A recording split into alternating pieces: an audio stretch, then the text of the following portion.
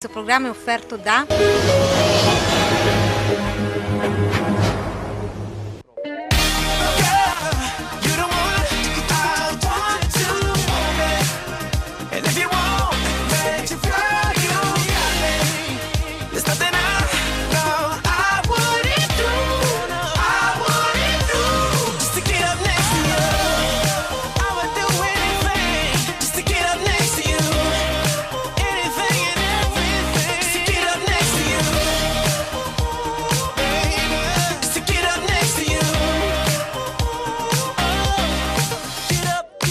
Buonasera Daniele Emanueli, benvenuti alla 20ª puntata di stagione di calcio di rigore. Cosa è successo ieri sui campi che interessano a noi? In Serie D Girone F il Cesena allunga il passo vincendo per 2-1 in esterna sul campo del Francavilla. Il Matelli che invece si impone per 4-1 in casa contro il Giulianova.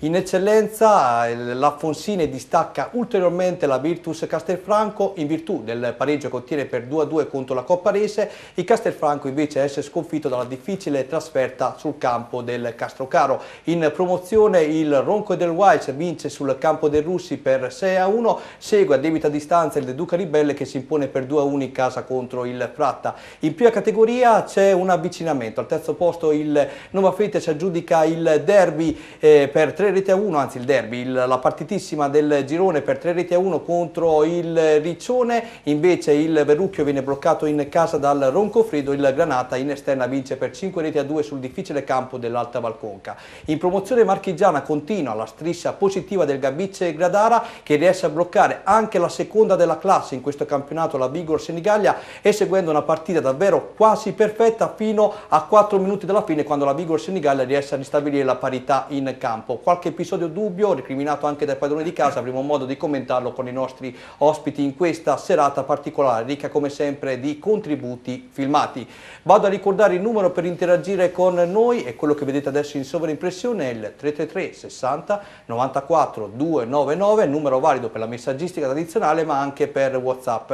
Alla regia salutiamo Stefano Papini ma anche il nostro Mario Lugli, un abbraccio come sempre a Renzo Sartini che lo aspettiamo qui presto nei nostri studi. Andiamo a presentare gli ospiti di questa serata. Alla mia sinistra ritroviamo con piacere l'opinionista Giacomo Alpini. Ciao, buonasera a tutti.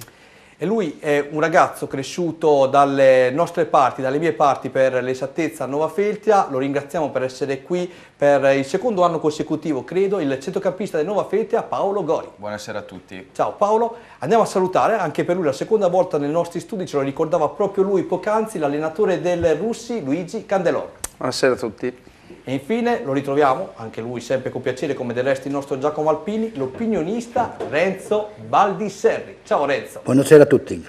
Ebbene Renzo, tra poco arriviamo anche da te. Stefano Papini, dalla regia vorrei subito avere risultati e classifiche per quanto riguarda la Serie D Girone F, così andiamo a vedere quello che è successo nell'ultimo turno e poi ci spostiamo anche a sentire da subito i nostri ospiti di questa serata. Eccoli qui, grazie Stefano. San Maurizio e Castelfidardo 1-0, Recanatese Città di Campobasso 1-1, Jesina Isernia 2-0, San Giustese Montegiorgio 0-0, Avezzano Olimpia Agnonese 0-2, Sant'Arcangelo Pineto 2-4, Francavilla Cesena 1-2, Matelica Real Giulianova 4-1, Savignanese San Nicolò Notaresco 1-1, Forlì Vastese 1-1. Andiamo a vedere la classifica sempre dopo l'ultimo turno, una classifica che vede sempre protagonista il Cesena al primo posto a quota 60 punti, segue il Matelica 49 che ha una partita da recuperare rispetto al Cesena, lo ricordo ancora una volta, San Nicolò Notaresco 41, San Giustese 40, Recanatese 39, Francavilla e Pineto 37, Montegiorgio 36, San Maurizio 35, Città di Campobasso 32, Savignanese 31, Real Giulianova 29, Vastese, Jesina 28, Forlì 25, Isernia e Avezzano 24 punti, Agnonese 23, Sant'Arcangelo 22,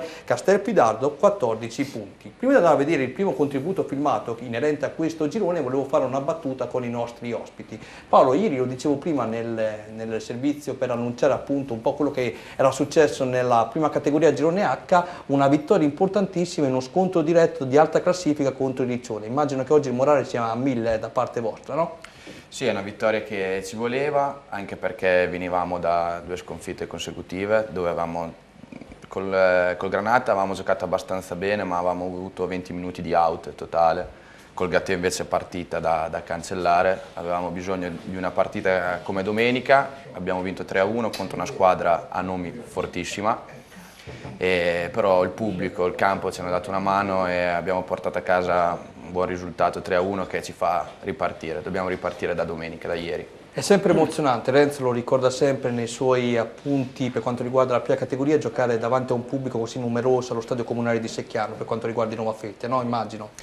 È bello, è bellissimo e soprattutto anche quando cambi stadio, perché comunque sia passiamo da una fossa come Nova Feltria che se ci sono 300 persone a vedere le senti tutte e comunque le 300 persone, 400 persone che c'erano a Nova Feltria ci sono anche a Secchiano, quindi vuol dire che le persone seguono la squadra, i tifosi seguono la squadra, i bambini seguono gli allenatori che hanno in prima squadra e quindi è bello vedere che a Nova Feltria c'è passione per il Nova Feltria Calcio. Mister Candeloro, ieri invece la partita pazzesca la vostra, avete disputato il primo tempo sull'1-1, poi tra l'altro sei stato protagonista anche di un'espulsione insieme a Montalti, ecco l'espulsione non l'ho capita bene, cosa è successo lì? Ma della verità l'espulsione l'ho capita poco anch'io perché abbiamo, a Russi ci sono le panchine diciamo abbastanza vicine, avevamo avuto un piccolo diverbio io e Montalti su una situazione di gioco ma neanche tanto animata e il segnaline ha chiamato l'arbitro per farci espellere tutti e due ed è stato diciamo un po' una cosa inaspettata, poi ho chiesto anche spiegazioni, non hanno neanche saputo dar bene spiegazioni, ma diciamo che è stata una cosa o forse anche oltre al limite, perché non c'erano assolutamente gli estremi per allontanarci tutti e due. È vero, ho visto la situazione. Tra l'altro ci conosciamo anche, abbiamo avuto durante la partita magari, ma né contro gli arbitri, proprio tra di noi, un diverbio proprio tra di noi, ma neanche tanto acceso, proprio era già finita tutto lì quando è arrivato l'arbitro, però sono cose che capitano. Che possono capitare. Ebbene, andiamo a vedere il primo contributo filmato che riguarda i gol delle squadre romagnole impegnate nella Serie D Girone F e poi rientriamo in studio. Contributo filmato. Credi davvero che bastino poche parole per trasformarti in un romagnolo doc? Al ristorante Brusarul da sempre esaltiamo la nostra bella Romagna nel modo più genuino. Prova i nostri piatti a base di pasta fatta in casa e le nostre pizze cotte nel forno a legna. Timbota è il nostro motto. Da sempre offriamo qualità. Siamo attrezzati di ampio parcheggio esterno e isola per bambini. Ristorante Brusarul, via Sant'Arcangiolese, Poggio Berni. Info 0541 68 81 80 o brusarul.com. 25 le marcature nell'ultimo turno di Serie D Girone F, si trattava per l'esattezza della 25esima giornata, caratterizzata da 3 vittorie interne, 3 esterne e 4 pareggi. La San Maurese vince di misura tra le mura amiche contro il fanalino di coda Castelfidardo, decisiva la marcatura di Pieri al 13esimo del primo tempo.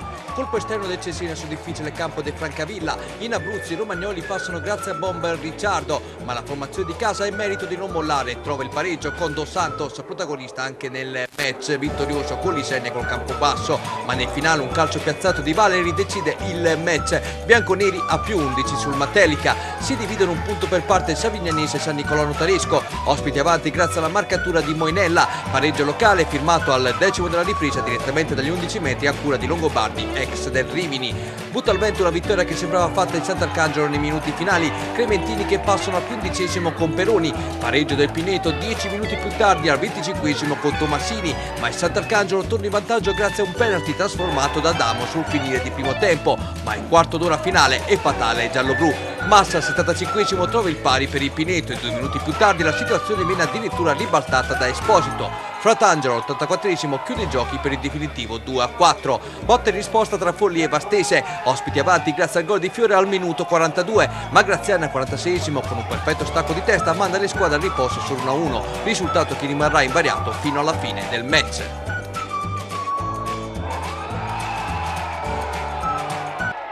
Situazione davvero inverosimile a Sant'Arcangelo, Purtroppo sì ed è un peccato, l'abbiamo detto più di una volta, che una realtà come Sant'Arcangelo debba trovarsi in questa situazione. Si spera in bene, ma credo che ci siano poche possibilità che ci sia un esito positivo. Grande Paolo Gori, un salutone, un in bocca al lupo, bei ricordi di te, a presto Paolo Mirko, mister del Gabiccia Gradara. Ho passato un bel anno con lui in Barette San Marino, lo seguo sempre. Lo salutiamo allora, lo salutiamo. Grazie Mirko intanto per averci iscritto. Io direi, caro Stefano, andiamo a vedere il prossimo turno perché poi voglio sentire anche Baldisserri della Serie D Girone F ovviamente. Grazie Stefano per la grafica. Real Giulianova Forlì, Olimpia Agnonese, Francavilla, Città di Campobasso, Isernia, Vastese Jesina, Avezzano Matelica, Monte Giorgio Recanatese, San Nicolò Notaresco, San Maurice, Castelfidardo, San Giustese, Cesena, Sant'Arcangelo. Questo è sicuramente un derby visto soprattutto precedentemente nelle situazioni amichevoli. Pinito, Savignanese, spicca anche i derby del Molise tra Campobasso e Isernia. Allora Stefano, andiamo a vedere i risultati della classifica per quanto riguarda il torneo d'eccellenza e poi tengo buono un attimo Baldisserri perché ci sono tanti episodi da Moviola questa sera da commentare, messaggi che ci giungono anche dalla vicina Cattolica. Massa Lombarda Argentana 0-1, Progresso Calcio Cotignola è stata rinviata, Alfonsine Copparese 2-2, Fiariccione Corticella 1-1, Medicina Diegaro 2-1, Sampa Imola Faenza 0-0, Marignanese Giovane Cattolica 1-0, vedremo tra poco il contributo filmato, Sant'Agostino Granamica 2-1, Castrocaro Virtus Castelfranco 1-0. Andiamo a vedere la classifica dopo l'ultimo turno, si fa molto interessante per i colori della Alfonsine che guidano al comando a quota 51, Castelfranco 46, Progresso 39, Marignanese 38, Copparese 36, Castrocaro 35, Sant'Agostino 32, Argentana 29, Granamica 27, Giovane Cattolica 26, Faenza, Fiariccione, Medicina 25, Corticella, Diegaro 24, Sampa Imola, Massa Lombarda 22, chiude il Calcio Cotignola a quota 14 punti. Io direi ci sono state tante recrimini per questa partita giocata ieri, il derby a San Giovanni Marignano tra Marignanese e Giovane Cattolica, terminata con la vittoria dei padroni di casa. Gol decisivo di Fabbri, proprio questo ha scaturito l'ira da parte della tifoseria giallorossa. Ci guardiamo il contributo filmato, mi raccomando alzate bene il volume, pulite le orecchie perché oggi ne abbiamo sentite di tutti i colori in riferimento al commento che abbiamo fatto inerente a questo match, vogliamo analizzarlo per bene e poi sentiamo anche il parere di un ex direttore di gara come Renzo Baldisserri sull'episodio che ha fatto tanto discutere. Andiamo a vedere questo servizio. Sei una società sportiva e vuoi avere un campo da Serie A? Start Green ti aiuta. Start Green propone sui campi sportivi per la rigenerazione il seme Blue Top Overseeding per il mantenimento del tappeto erboso e il concime Turf 4. Start Green è presente come azienda sul territorio romagnolo, online al sito semipratofertilizzanti.com o sui social, pagina Facebook Start Green. Infine disponibile per consulti telefonici gratuiti al 348 58 36 625.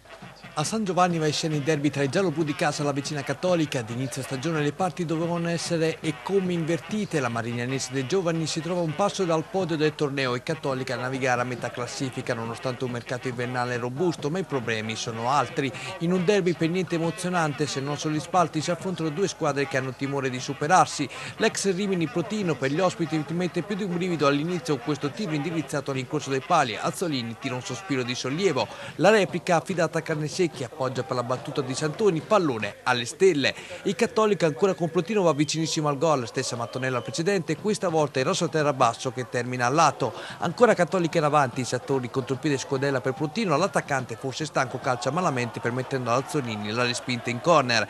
Qui sul fine di tempo Sartori accarezza così Dominici, ma la terna arbitrale sorvola. Squadra a riposo solo 0-0, Lilli segue da subito un cambio ad inizio ripresa e qui Donati tenta il tiro a giro senza incidere. Sul versante opposto Sartori non riesce ad approfittarne, alla battuta va anche Bacchiocchi dalla distanza, la conclusione fuori misura, stessa cosa per Donati quando in area di rigore tenta una soluzione di scavetto con il pallone che termina alto. Santoni a questo punto serve Carnesecchi, quale conclude malamente con il pallone che termina nei piedi di Fabbri. Perfino Santoni alza la mano quasi a indicare assieme ai giocatori del Cattolica il fuorigioco, ma il gol per la terna arbitrale è regolare, dunque la Marignanese passa in vantaggio grazie al gol proprio del suo centrocampista in maglia numero 8. Brividi finali con Azzolini che blocca una conclusione da fuori area non certamente irresistibile in due tempi e nonostante 5 minuti di recupero al Cattolica non riesce l'impresa del pari. La Marignanese invece ringrazia e festeggia con i propri supporters la vittoria in un derby d'alta classifica per i propri colori. Allora Stefano, ti do qualche secondo per andare a ricercare l'episodio del gol e ti fermi al momento del passaggio di Carnesecchi in direzione di Fabbri. Prenditi qualche secondo perché volevo specificare due cose per quanto riguarda l'obiettività del servizio. Il narratore, il commentatore che sarei io, ovviamente mi hanno chiesto da Cattolica di poter commentare nel servizio, dire la mia per quanto riguarda questo episodio. Non lo posso fare perché il giornalista ha una posizione e deve essere quella, sempre quella di essere neutrale. È successo che questa stagione è un episodio che ci ha portato a discutere in maniera accesa, dove abbiamo criticato il direttore di gara per l'interpretazione arbitrale, che ha scaturito in quella partita davvero le botte in campo tra i protagonisti, ha portato ad intervenire addirittura il padre dell'arbitro qui in trasmissione scrivendoci delle cose poco eleganti. Abbiamo sorvolato, abbiamo cercato di non fare nome e cognome, però la settimana dopo Dio ha voluto che una giustizia ci fosse, l'abbiamo incontrato in quel direzione dove il padre del direttore di gara ha capito la situazione chiedendoci scusa. Adesso noi non possiamo andare a dire se è nel caso della Marignanese o nel caso del Cattolica se il gol ci fosse o non ci fosse. Cerchiamo di interpretarlo in studio, questo è possibile. A livello di servizio televisivo, a livello di servizio che poi viene trasmesso su internet, non sarebbe obiettiva la mia narrazione.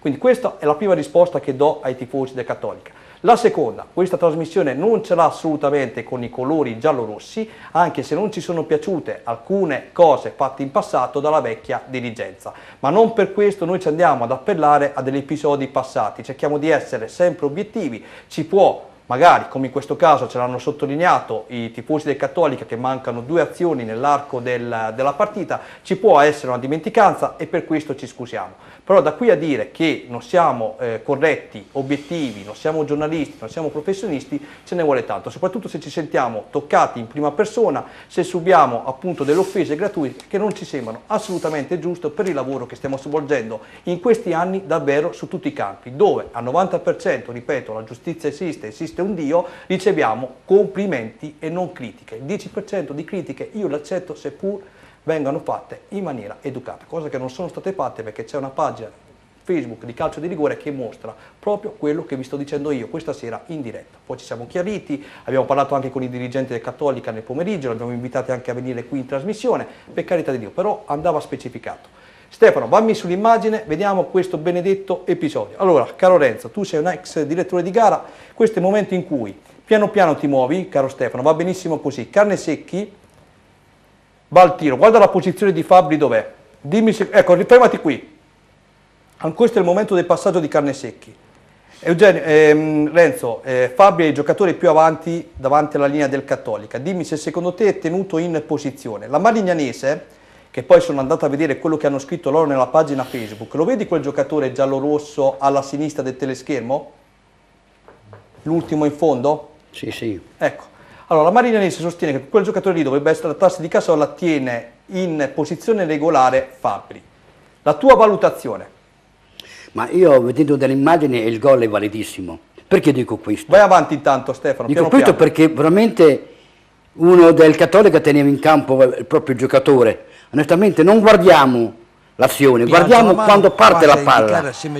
Il fuorigioco si deve vedere mai quando arriva il pallone, quanto parte e quanto è in fuorigioco. Mentre invece quando il giocatore lancia quello che ha fatto gol, secondo me, anche per tutti, era in posizione regolare. Non dobbiamo vedere mai quanto arriva il pallone, dobbiamo vedere il fuorigioco quanto parte la palla. Quando parte la palla il giocatore era in posizione regolare e il gol è validissimo. Stefano, mi ritorni un attimo sull'immagine, voglio sentire anche il mister, Paolo e Giacomo. Iniziamo da Giacomo. Giacomo, il gol c'è o non c'è? È regolare o non regolare? Quello voglio capire. A mio avviso ha ragione Renzo, qui il gol è regolare perché guardiamo c'è in fondo il giocatore in alto che tiene in gioco Fabbri, quindi per me è regolarissimo. Mister, dalla posizione televisiva e non dal campo, lei come lo vede qui? Anzi, tu ti do del tu come lo vedi? Sì, sicuramente non è l'inquadratura migliore perché la prospettiva può ingannare e chiaramente ci sarebbe voluta la prospettiva proprio sulla linea.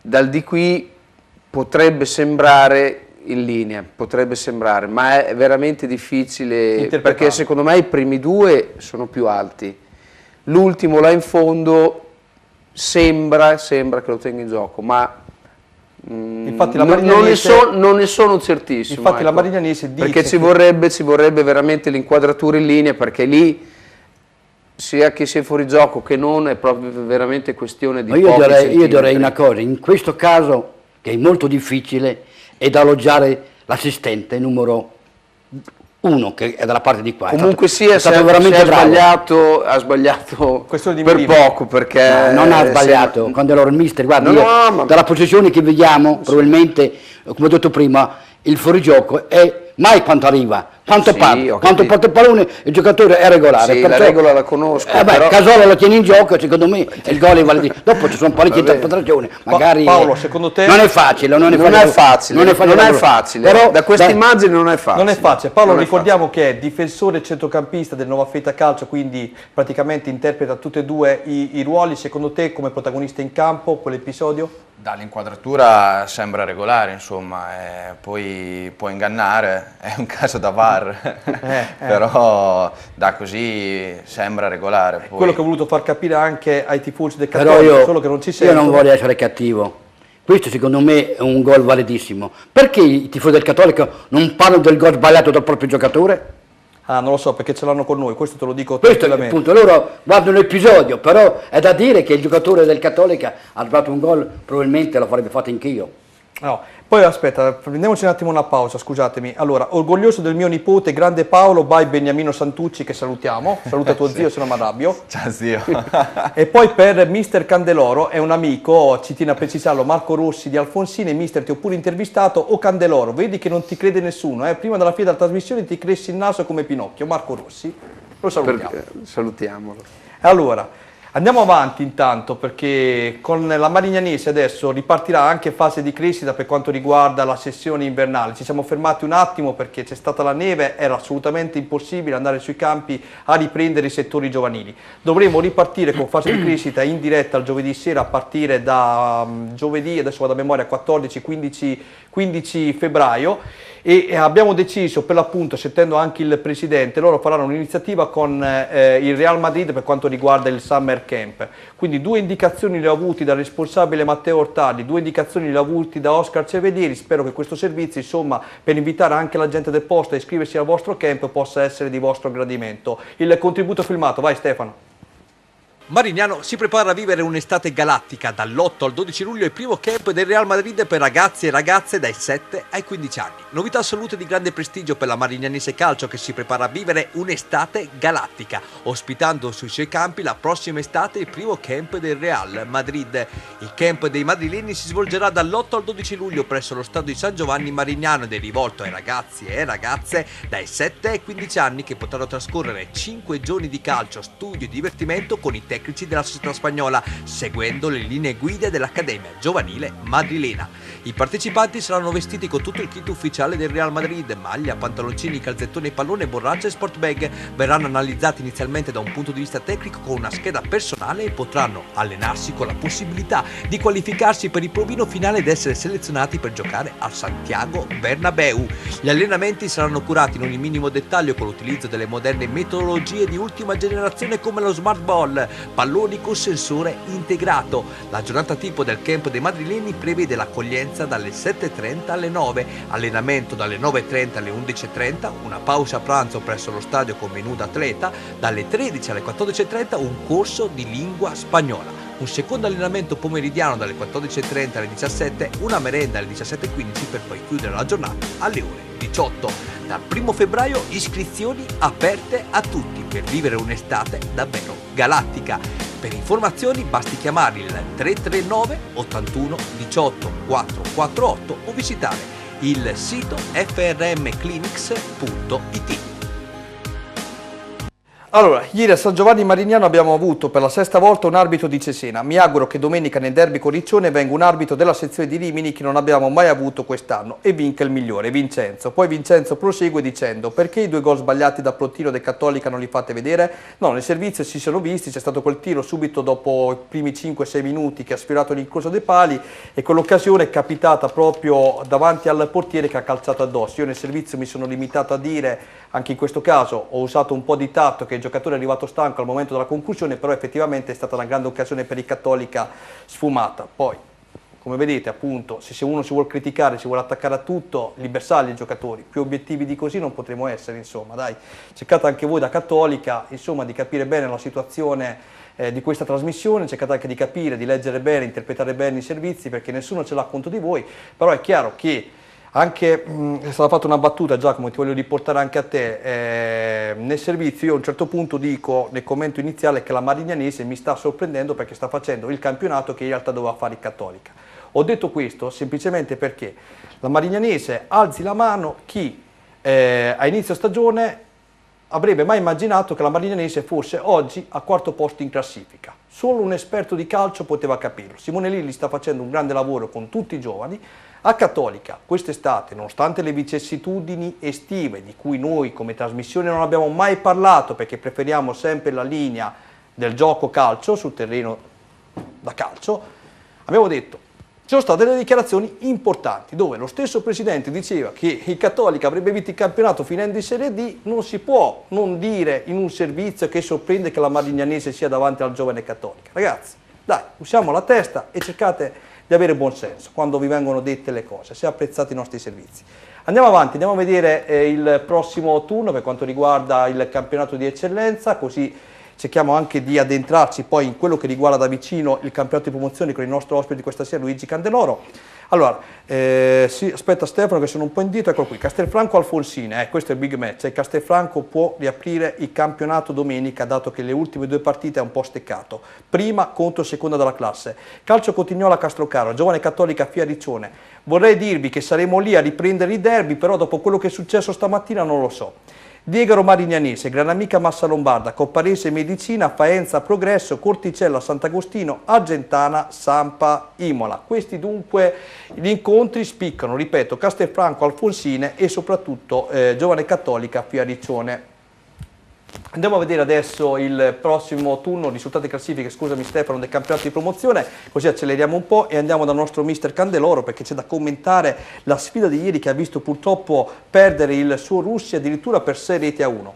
Torconca Cervia 1-2, Reno Frattaterme 2-1, Del Duca Ribelle Football Cava 2-1, Bis Misano Gambettola 2-0, Civitelli Giamarina 0-1, Tropical Coriano Morciano 2-0, San Pietro in Vincoli Pietracuta 1-1, Russi Ronco del Guais 1-6, San Pierana Stella 2-1. Andiamo a vedere la classifica dopo l'ultimo turno che vede al comando il Ronco del Guais a quota 59, Del Duca 52, Tropical Coriano Cervia 40 punti, Reno 39, San Pierana 36, Bis Misano 35, Russi 31, Gambettola, Stella, San Pietro 26, Pietracuta 25, Frattaterme 24, Igea Marina 23, Torconca, Football Cava 22, Civitella 12, Morciano Calcio 9 punti. Allora, eri meglio da barista che con la 10 sulle spalle, caro Paolo, continua così che vinciamo, basso quest'estate, vai, ti salutano, ti vogliono bene i tuoi amici di Nuova Feltri, salutali anche tu perché sennò dopo si arrabbiano, Ti salutiamo. Sì, saluto tutti. Un saluto anche al mister, alla squadra, a tutta la dirigenza giallo-blu che ci sta seguendo in questo momento, grazie anche alla tua partecipazione, caro Paolo. Allora, mister, adesso ti faccio un attimo respirare, andiamo a vedere quello che è successo ieri nella partita che ti ha visto protagonista perché è una partita davvero strana. Se pensiamo che hai perso 6-1 però a fine primo tempo stava 1-1, bisogna capire quello che è successo nella ripresa e per capirlo bisogna vedere le immagini, il filmato.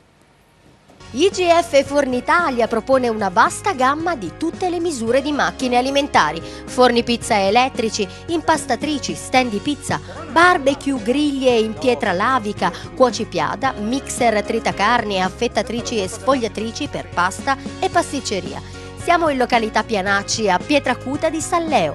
Potete consultare i nostri prodotti al sito www.igffornitalia.com o contattarci allo 0541 92 3453. Nella giornata in cui a Russi si attende il big match del torneo, big match lo è solo per quanto riguarda i primi 45 minuti di gioco, perché i padroni di casa si fanno gol da soli con evidenti errori difensivi, spesso ingenui, dando alla corazzata del campionato la copertina di diritto. Se poi il campionato per molti era già chiuso prima di iniziale, non lamentiamoci se a Bernacci e Calderoni vengono concessi tali regali. La gara vede un Russi in grande spolvero a partire col giusto piglio, Placchi appoggia per Filippi che trova sulla sua strada una straordinaria parata di Calderoni, parata davvero da campione. Dall'angolo Godoli pennella per la testa di Tassinari, palla al lato di un nulla. Ronco ancora negli spogliatoi e Rava ringrazia scodellando per la corrente Filippi che in volée trafigge Calderoni regalando l'1-0 ai Falchetti, potremmo dire assolutamente vantaggio meritato. Il pareggio avviene poco più tardi, Spadaro inventa per Bernacci, l'ex cesina di testa firma l'1-1 con un gol davvero di pregevole fattura. Lo scambio di cortesia tra i due giocatori in campo prosegue, Spadaro cross al centro e Bernacci per poco trova il gol della domenica, conclusione al volo di poco alta.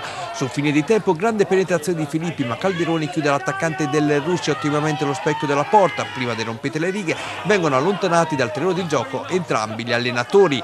Nella ripresa di rimessa laterale il Ronco passa, Bernacci raccoglie la palla, la deposita sulla testa di Spadaro che da 2 passi non può far altro che trafiggere il portiere Lolli. Partita che sembra destinata a mettersi sul binario giusto per gli ospiti, specie quando poco dopo i russi regala il 3-1 al Ronco, permettendo a Salazar di approfittare di un'ingenuità doppia che porta il nome di Temporino e Lolli. 3-1 e fine dei giochi, anche se Filippi dall'altra parte si divora la marcatura su cross di Rava. Lo stesso Rava mette al centro poco più tardi un tiro cross salvato sulla linea da Melandri. Qui Lolli si complica la vita permettendo per un attimo a Raimondi di sognare, ma il portiere si riscatta successivamente. Tassinari invece su punizione di Godoli di testa chiama grande intervento Calderoni che giustifica il passato in A tra le file di Atalanta e Torino, mentre il collega Lolli dall'altra parte giustifica il pasticcio difensivo dell'intera giornata dei palchetti. Fallo ingenuo su Spadaro, ammonizione e penalty. Dagli 11 metri si presenta lo stesso Spadaro che non sbaglia.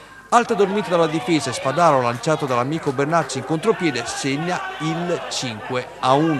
La giornata strepitosa di Spadaro si conclude con tanto di cartolina finale dalla difesa del Russi che lo scalcia più non posso per bloccarlo, ma invece l'attaccante sigla il 6° gol con tanto di dedica a qualcuno lassù che è assolutamente meritata. 6-1 in finale e applausi a scena aperta. Tu che sei milanista come me, sai cosa mi ha ricordato questo gol, l'ultimo di Spadaro? Ti ricordi i gol di Secco che va via Garzia e mezza difesa del Bari in Milan-Bari 4-0 del 2000-2001? Sì, infatti più o meno è analogo, sì. Allora, mister, proviamo a interpretare quello che è successo. Un grande primo tempo, un super Calderoni, ricordiamo un passato in Serie A per il portierone ex Atalanta, Torino, Cesena, solo per citare 3 formazioni in cui ha militato, poi blackout nella ripresa. Non è che mancava lei dalla panchina, anzi tu, dalla panchina per dare indicazioni? Non lo so, sicuramente sarei stato più utile in panchina, quindi mi prendo anche queste responsabilità. Quando si perde 6-1 si fa fatica a commentare, però fortunatamente ci sono le immagini e si vede benissimo che lasciamo stare i primi 2 gol, che magari il primo c'è la bravura di Bernacci, il secondo mette una gran palla a Spadaro in girata sul secondo palo e magari era anche difficile da difendere, ma gli altri 4 gol raramente si vedono degli errori così gravi, poi anche da giocatori bravi, perché Temporin, Tassinari, Lolli finora ha sempre fatto bene. Dispiace che noi praticamente abbiamo preso il 100% di tiri in porta e gol e Calderoni ha fatto almeno veramente 3 parate notevoli da categoria. Però il 6-1, ripeto, si fa fatica a commentare.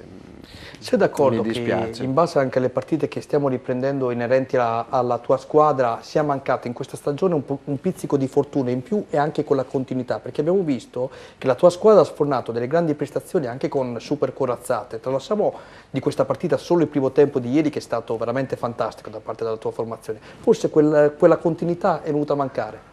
Ma devo essere sincero che quest'anno noi la formazione titolare non l'abbiamo mai avuta, perché così tanti infortuni particolari e soprattutto molto lunghi non mi erano mai capitati, perché ci sono dei giocatori che hanno sempre giocato nel russe titolari, Vasumini, Gualandi, che la squadra si basava un po' su di loro, che erano i vecchi degli altri anni, più gli inserimenti dei nuovi, quindi alcuni non li abbiamo mai avuti, tipo Vasumini, Gualandi ha giocato pochissimo, legamenti, è rientrato con lo Stella, gli sono entrati diciamo in modo abbastanza duro e da fuori già da 3 settimane, non sappiamo se lo recuperiamo, l'avevamo recuperato da 3 partite e un ragazzo ha dovuto smettere per suoi problemi personali. Salif è veramente bravo, ma è arrivato in condizioni non ottimali, quindi prima di rimetterlo in forma poi si è fatto male un paio di volte,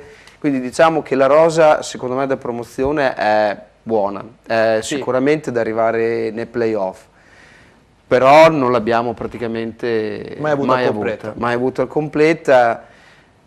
Ci eravamo ripresi, prima di 2 partite fa avevamo fatto 6 risultati utili consecutivi, 2 pareggi e 4 vittorie, e queste Esatto. 2 partite qui ci dovevano fare il saltino di qualità per cercare di stabilizzarci nella zona playoff, e invece sia col Cervia, che è stata una partita simile a quella di domenica, e quella di ieri, hanno dimostrato che non siamo ancora all'altezza di queste squadre, quindi lavoriamo ancora, mancano ancora tante partite, E poi vediamo. Il nostro sogno è ad aprile valutare le ultime 3-4 partite per quale obiettivo possiamo lottare. Speriamo per un obiettivo buono, però è stato un anno, diciamo, molto, molto particolare. Molto travagliato. Allora, una domanda mister da parte di Renzo e una domanda da parte di Giacomo. Iniziamo da Renzo. Prego, Renzo. Mister deve fare 2 domande. Una, domani sera quando si riparte gli allenamenti, ha le parole giuste per parlare con quei ragazzi? Una.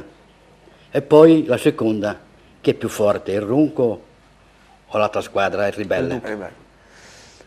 Allora, domani sera mi sembra di rivedere un po' la partita che abbiamo fatto contro il Cervia, perché anche contro il Cervia siamo stati propositivi tutta la partita,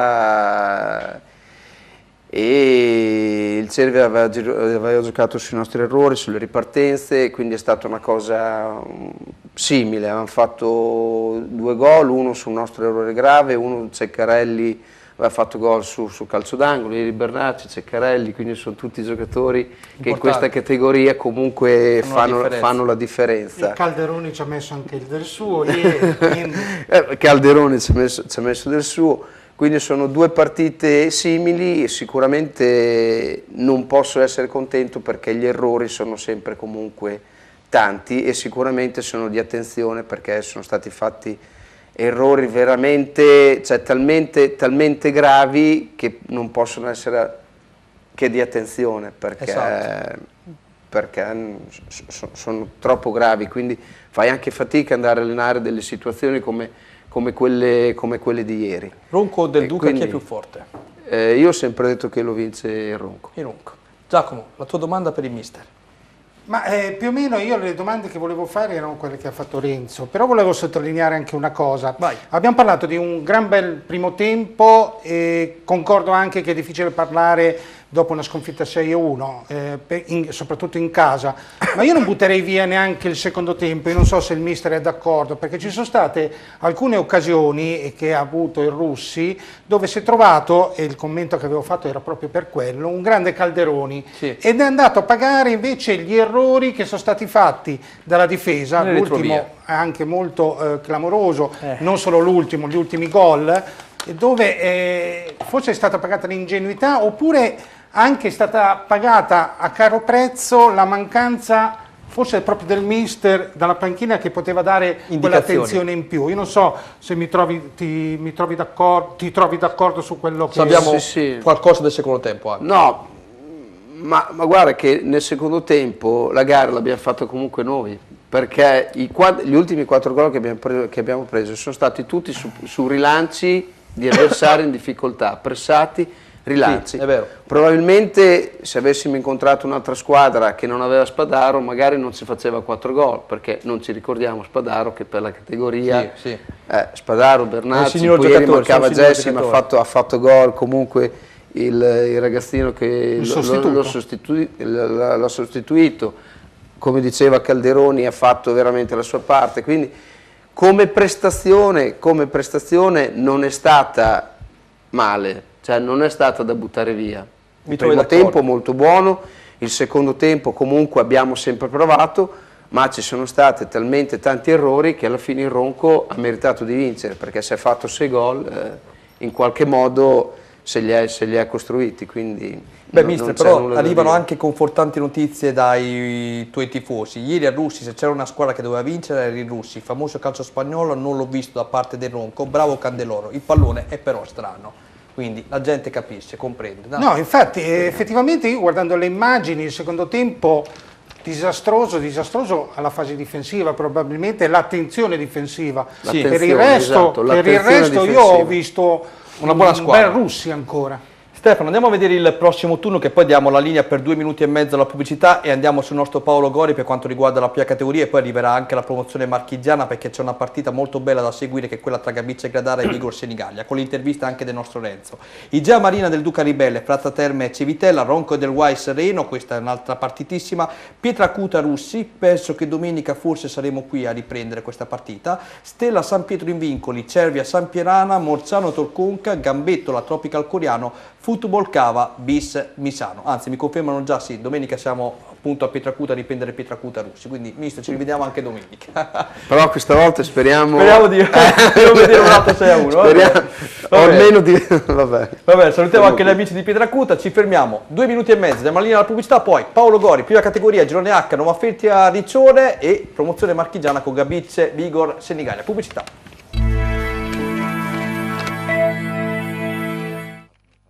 Ogni giorno 30.000 persone leggono altarimini.it. L'informazione in tempo reale su Rimini e provincia. Scarica l'app gratuita. Auna Arredamenti è un'azienda leader nella progettazione e produzione di ambienti su misura per attività commerciali, quali hotel, bar, ristoranti, negozi, uffici e residenze private, realizzando sia opere parziali che chiavi in mano. Grazie all'esperienza maturata al fianco di grandi committenti internazionali, si propone come partner ideale per imprese e professionisti che operano nel settore del contract. Qualità progettuale, realismo operativo ed efficienza realizzativa. Vi aspettiamo nella sede operativa, zona industriale, via Giovanni Santi 18, Fanano di Gradara. Credi davvero che bastino poche parole per trasformarti in un romagnolo doc? Al ristorante Brusarul da sempre esaltiamo la nostra bella Romagna nel modo più genuino. Prova i nostri piatti a base di pasta fatta in casa e le nostre pizze cotte nel forno a legna. Timbota è il nostro motto. Da sempre offriamo qualità. Siamo attrezzati di ampio parcheggio esterno e isola per bambini. Ristorante Brusarul, via Sant'Arcangiolese, Poggio Berni. Info 0541 68 81 80 o brusarul.com. Adriatica Funghi, leader in Italia nella produzione e distribuzione di funghi coltivati. La qualità dei suoi champignon viene garantita attraverso la certificazione di produzione integrata e il controllo di tutte le fasi della filiera, per garantire la qualità e la genuinità che solo Adriatica Funghi sa portare sulle tavole delle nostre case e nelle migliori pizzerie e ristoranti. Adriatica Funghi, primi in Italia nella certificazione di produzione integrata di champignon. Oleificio Pasquinoni, all'avanguardia nell'impiego delle più moderne tecnologie che, unite alla passione, l'esperienza e l'amore, danno vita ad un prodotto straordinario, extra eco. L'olio buono è di Casa Pasquinoni. Una goccia d'olio buono è una goccia di vita che nutre e previene. Olio Pasquinoni, 50 anni di salute e qualità italiana. IGF Fornitalia propone una vasta gamma di tutte le misure di macchine alimentari, forni pizza elettrici, impastatrici, stand di pizza, barbecue, griglie in pietra lavica, cuocipiada, mixer tritacarni, affettatrici e sfogliatrici per pasta e pasticceria. Siamo in località Pianacci a Pietracuta di Salleo. Potete consultare i nostri prodotti al sito www.igffornitalia.com o contattarci allo 0541 92 3453. Sei una società sportiva e vuoi avere un campo da Serie A? Start Green ti aiuta. Start Green propone sui campi sportivi per la rigenerazione il seme Blue Top Overseeding per il mantenimento del tappeto erboso e il concime Turf 4. Start Green è presente come azienda sul territorio romagnolo, online al sito semipratofertilizzanti.com o sui social, pagina Facebook Start Green. Infine disponibile per consulti telefonici gratuiti al 348 58 36 625. Romagna Sport primo dal 2001, la prima testata giornalistica che ha creduto nello sport dilettantistico online, il primo sito in Italia che ha pubblicato le foto dei singoli atleti e tecnici, i primi ad aggiornare i risultati live durante le gare, proprio come i professionisti, i primi a pubblicare la carriera degli atleti, i primi e gli unici ad avere il calciomercato interattivo i primi a dare spazio alle news di tutti gli sport. Romagna Sport, il primo sito sportivo in Romagna, in tutto.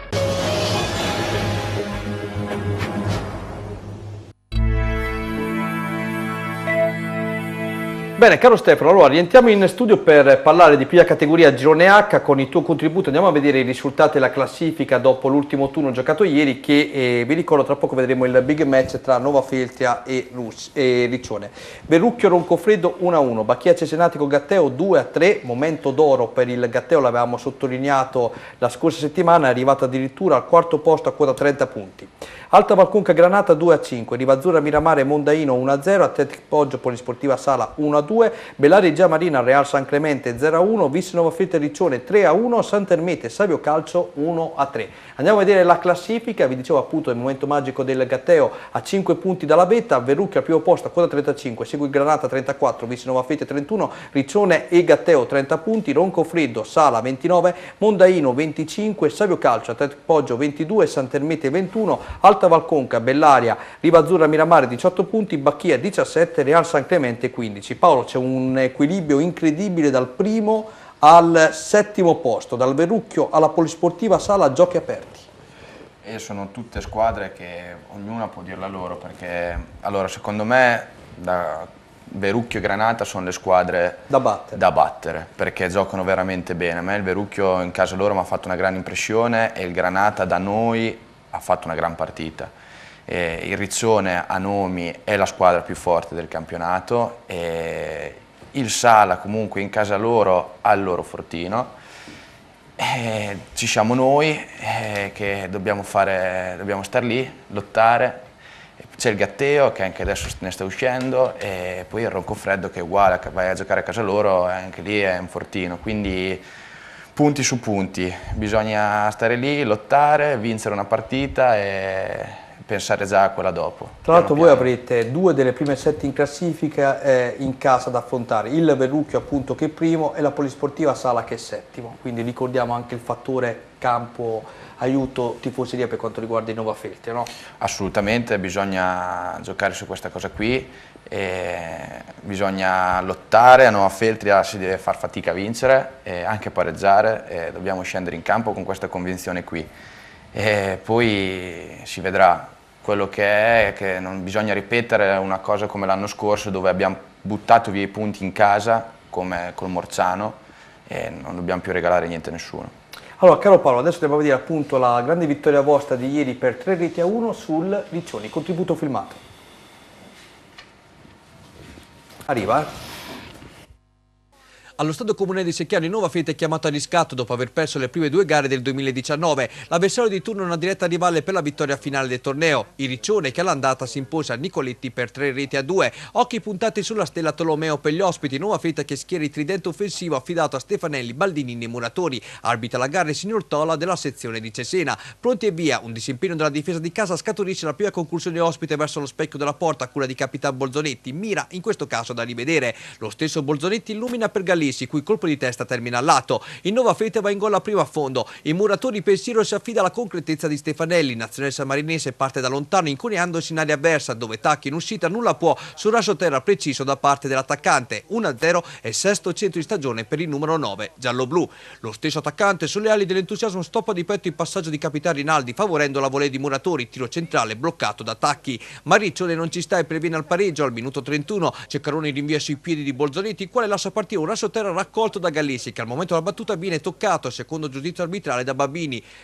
Per Tola trattasi di penalty dagli 11 metri, Tolomeo non tradisce l'appuntamento con il gol che vale il pareggio ospite.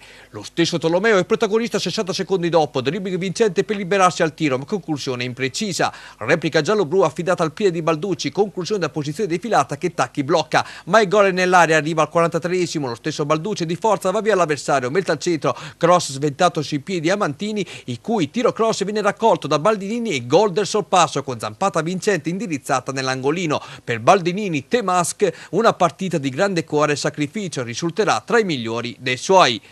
Tola. A questo punto esce a fine primo tempo ascoltando dirigenti e protagonisti in campo. Babini ha qualcosa da dirgli dato il rigore, fischiato contro. Nella ripresa il Riccione segue subito un doppio cambio, il primo acuto è di Rinaldi al primo minuto, conclusione debole e centrale. Tolomeo invece prova a colpire da calcio piazzato, ma la palla si alza. Qui invece Semprini deve uscire al di fuori dell'area di rigore per stoppare l'inserimento di Facchini. Tolomeo non ci sta, ma il calcio piazzato presente nel suo repertorio anche in questo caso è da dimenticare. Il Nova Feti invece colpisce in contropiede, Stefanelli in questo caso mette potenza fisica e potenza nel tiro finale, ma la mira rimane in tasca. Prima che capitano Rinaldi lo serve a dovere per la stupenda volée dell'ariete gialloblu che spegne sogni di gloria riccionesi e accende l'entusiasmo della folla che da tempo voleva una prestazione così dal proprio bomber, riaccogliendolo a braccia aperte. 3-1. Il Riccione non demorde, ma un'azione corale della squadra porta al tiro strozzato di Stellato, pallone al lato, spazi che si aprono, Stefanelli forse fuori gioco, stoppa di tacco, ma nel tentativo di evitare l'uscita dei tacchi colpisce malamente la palla del poker, mentre Musabellius aiuta come può su questa incursione di Mamutai che lo porta a spedire sul fondo l'ennesimo tentativo di chiusura del match. E il Riccione ha il merito di rimanere in partita fino alla fine, Semprini blocca questa percussione di Facchini con un pallone lento che arriva direttamente tra i suoi guantoni, poi deve intervenire in 2 occasioni, prima sul tiro di Cavoli dalla distanza, poi su una conclusione dalla distanza, sempre ad opera in questo caso di Siuni. Ora, dopo un mese e mezzo, stop permettendo, il Nova Fete conquista il 3° posto in classifica, tornando a fare la voce grossa e la propria ola davanti al suo pubblico. Allora, Giacomo, Paolo non ti senti in questo caso, chi vedi favorita per la vittoria di questo girone, contando le prime 7 che ti ho detto prima? Io concordo con Paolo che le squadre migliori sono il Verrucchio, però per me il Granata gioca meglio del Verrucchio. E sono d'accordo con lui sul Nova Feltria, patto che giocano sempre le 3 punte. Con le 3 punte la vedo molto più squadra, molto più pericolosa e c'è la possibilità di vincere molte partite. Senti, il Riccione, grosse individualità, ma manca sempre qualcosa. Io adesso spero che anche domenica il press mi faccia un regalo e tenga fuori qualcuno, non lo so. Salutiamo Andrea Morelli, presidente. Però sicuramente queste 4 sono le top, ma attenzione a questo Gatteo che sta sorprendendo. Col mercato di riparazione ha cambiato completamente la squadra e sta vincendo e sta risalendo la china. Senti, però penso Granata-Verrucchio. Per la zona rossa invece ieri ti ha deluso il Bellare che ha perso in casa contro l'ultima in classifica della San Clemente. Ahimè, purtroppo sì, era una prova di maturità che i ragazzi di Riceputi hanno fallito.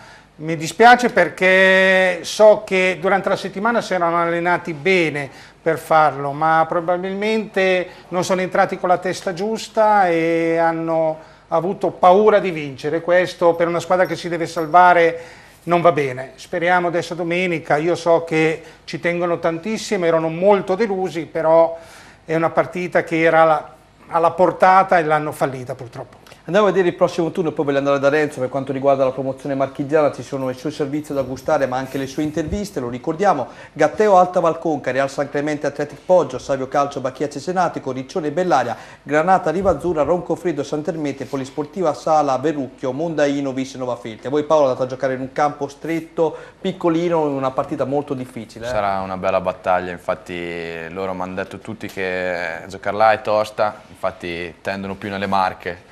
Il campionato marchigiano sappiamo com'è, bello tosto e anche lì sarà dura. Ebbene, adesso lo andiamo a scoprire con il nostro Renzo Baldisserri. Caro Renzo, tieniti pronto. Stefano dalla regia, andiamo a vedere i risultati di promozione marchigiana.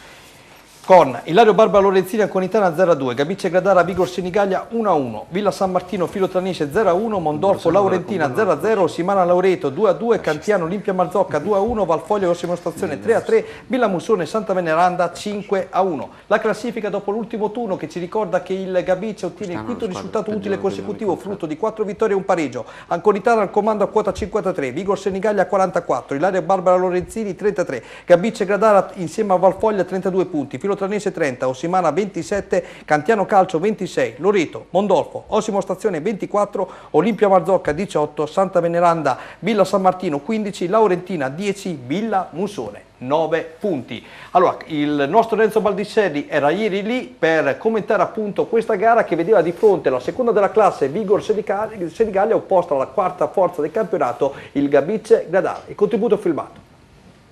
A1 Arredamenti è un'azienda leader nella progettazione e produzione di ambienti su misura per attività commerciali, quali hotel, bar, ristoranti, negozi, uffici e residenze private, realizzando sia opere parziali che chiavi in mano. Grazie all'esperienza maturata al fianco di grandi committenti internazionali, si propone come partner ideale per imprese e professionisti che operano nel settore del contract. Qualità progettuale, realismo operativo ed efficienza realizzativa. Vi aspettiamo nella sede operativa, zona industriale, via Giovanni Santi 18, Fanano di Gradara. Il Gabicce Gradara ottiene il suo quinto risultato utile consecutivo, frutto di 4 vittorie e un pareggio ottenuto nella gara odierna contro la seconda della classe, Vigor Senigallia. I rossoblù di casa, quest'oggi in maglia gialla, non sfigurarono affatto, anzi sfiorano l'impresa facendosi raggiungere a 4 dalla fine. Sugli scudi la grande prova di Celato, ma anche di Grassi, autore del gol del momentaneo 1-0. Per Guiducci e compagni un pomeriggio di trame di bel gioco, ma di fronte a una squadra in uno stato di forma davvero eccezionale. L'inizio vede Dennis Pesaresi chiamare subito alla respinta l'ottimo Celato. L'azione prosegue, questa volta Alessandro Pesaresi a pennellare questo traversone per la testa di Cinotto che non incide come vorrebbe. Dall'altra parte il tiro di Vegliò viene sventato dal portiere Minardi. Grassi sotto misura non trova la deviazione vincente, ma il pallone giunge nei piedi di Pedini che mette da posizione favorevole al lato. Pesaresi dall'altra parte apre per Siena e qui il tiro viene bloccato da Celato. Dalla bandierina sale a colpire in area avversa Maggi, cui il colpo di testa termina al lato.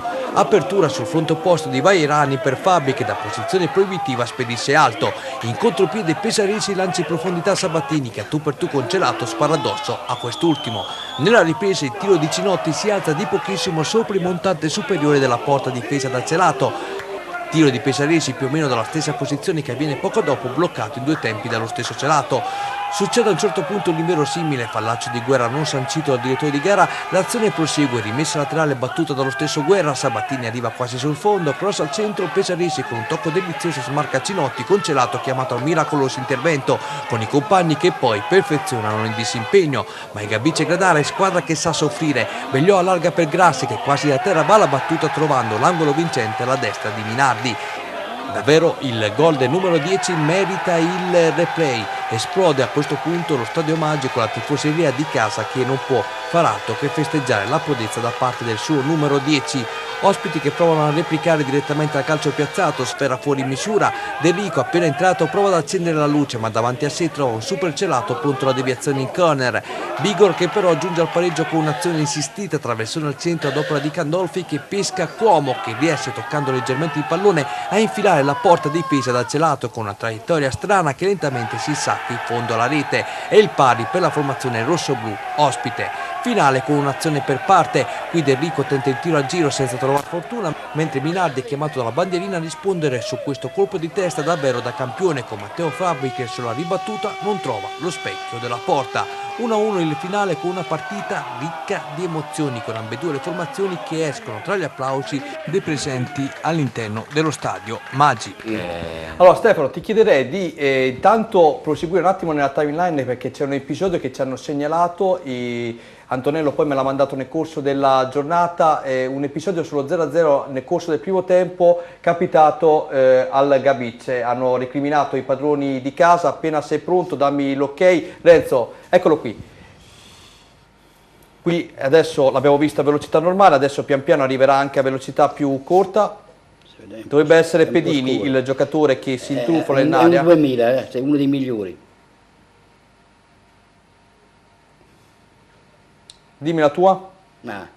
Io ero in tribuna, a me sembrava che era calcio di rigore, però l'arbitro era in quel momento era un po' lontano, probabilmente non l'ho visto bene, però se lo davo certamente non era uno scandalo. Allora, mi fai un commentino su questa partita? Ricordiamo, il Gabicce ha già fermato l'Anconitana, ieri ha fermato in casa la Vigor Senigallia. Una grande prova da parte degli uomini di Papini, recriminano per questo rigore non concesso, hanno sognato perché fino all'86esimo era in vantaggio per 1-0, poi proprio all'86esimo è arrivato il pareggio ospite. Una grande prestazione potremmo dire. Io direi che ieri il Gabicce Gradara ha fatto una partita veramente stupenda.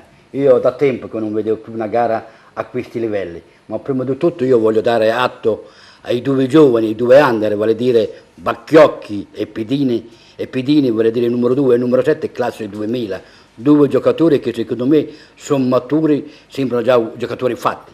A parte questo, ha avuto un grandissimo celato, un portiere che secondo me in certe situazioni ha salvato il risultato, che alla fine tutto sommato il risultato poteva essere anche giusto, perché se alla fine risulta che Celato è uno dei migliori in campo vuol dire che la Vigor Senigallia ha fatto del suo, però onestamente come possesso palla il Gabi Cerdara ha giocato meglio, poi c'è un centrocampo, Bastianone, Grassi, Vairani veramente che fanno la differenza.